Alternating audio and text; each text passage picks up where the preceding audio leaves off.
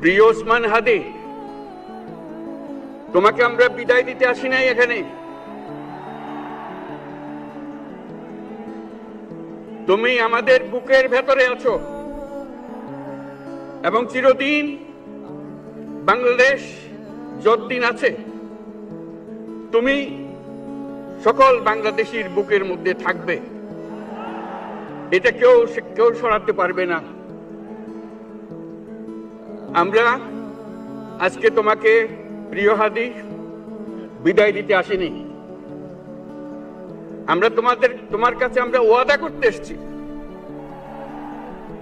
তুমি যা বলে গেছো সেটা যেন আমরা পূরণ করতে পারি, সেই ওয়াদা করার জন্য আমরা একত্র হয়েছি।